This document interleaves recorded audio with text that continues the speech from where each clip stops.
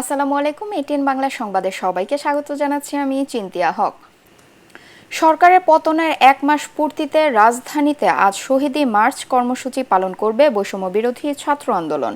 বুধবার সংবাদ সম্মেলনে সমন্বয়ক সার্জিস আলম এই কর্মসূচি ঘোষণা করেন। শহীদি মার্চ বিকেল ৩টায় রাজু ভাস্কর্য থেকে শুরু হয়ে নীলক্ষেত, কলাবাগান, মানিক মিয়া অ্যাভিনিউ, ফার্মগেট, কারওয়ান বাজার, শাহবাগ হয়ে রাজু ভাস্কর্যে গিয়ে শেষ হবে। সমন্বয়ক সার্জিস আলম বলেন, আহত অনেকে এখনও হাসপাতালে, তাই বিজয় মিছিল নয়, শহীদি মার্চের এই কর্মসূচি।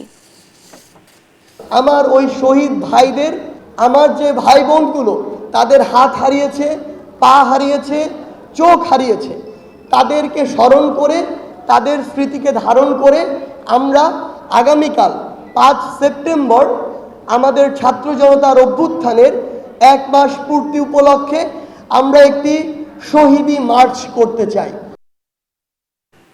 বৈষম্য বিরোধী ছাত্র আন্দোলনে শহীদদের স্মরণে দোয়া ও আলোচনা সভার আয়োজন করায় ৮ বাংলাদেশিকে আটক করেছে সৌদি পুলিশ।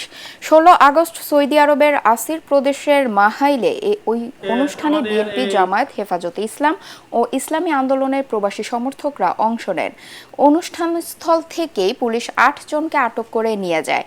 তারা হলেন চট্টগ্রাম বাঁশখালীর হাফেজ রহমতুল্লাহ, ওমর ফারুক, খলিলুর রহমান, জয়নাল আবেদিন, সাতকানিয়ার সেলিমুল ইসলাম, মাওলানা ইউসুফ ও বান্দরবনের আশরাফুল ইসলাম। পদত্যাগ করতে যাচ্ছে কাজী হাবিবুল আওয়ালের নেতৃত্বাধীন নির্বাচন কমিশন। বেলা ১২টায় সংবাদ সম্মেলন ডেকেছেন সিইসি। ইসির কর্মকর্তারা জানান, ছাত্র জনতার গণ অভ্যুত্থানের পরই পদত্যাগের প্রস্তুতি নিতে থাকেন সিইসি ও ৪ কমিশনার। তাদের পদত্যাগের দাবিতে নির্বাচন ভবনের সামনে বিক্ষোভ করে ছাত্র জনতা। বুধবার দুপুরে রাজধানীর আগারগাঁওয়ের নির্বাচন ভবনে প্রধান নির্বাচন কমিশনারের কক্ষে কমিশনারদের নিয়ে ঘণ্টাব্যাপী রুদ্ধতার বৈঠক করেন সিইসি কাজী হাবিবুল আওয়াল। আমরা চোরদের চাই না।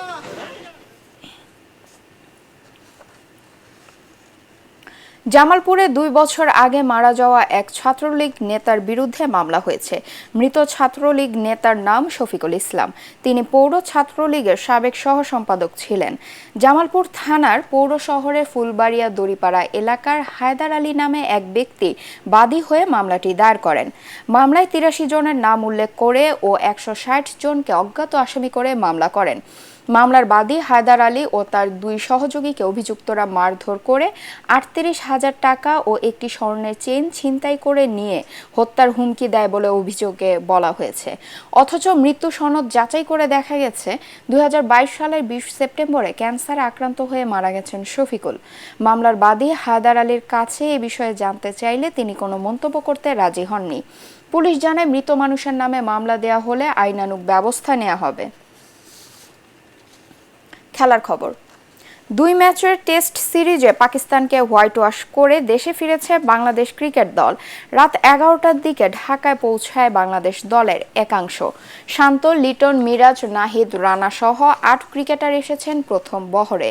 সাকিব আল হাসান না আসলেও শান্তদের সাথে ছিলেন প্রধান নির্বাচক গাজী আশরাফ হোসেন লিপু ও কোচ চন্ডিকা হাতুরু সিংহে। দলের বাকি সদস্যরা আসেন বুধবার রাতে। দেশে ফেরার পর প্রথমে ক্রিকেট অপারেশনসের সহকারী ম্যানেজার শাহরিয়ার নাফিস বিমানবন্দরে রিসিভ করেন ক্রিকেটারদের।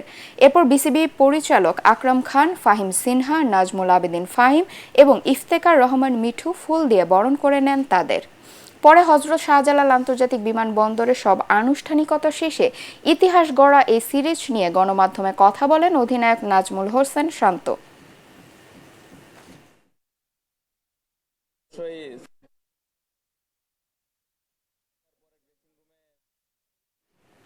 পরবর্তী সংবাদ দেখার আমন্ত্রণ জানিয়ে এখনকার মতো শেষ করছি। এটিএন বাংলা সংবাদ ইউটিউবে দেখতে ব্রাউজ করুন youtube/ATN Bangla News। ধন্যবাদ সবাইকে।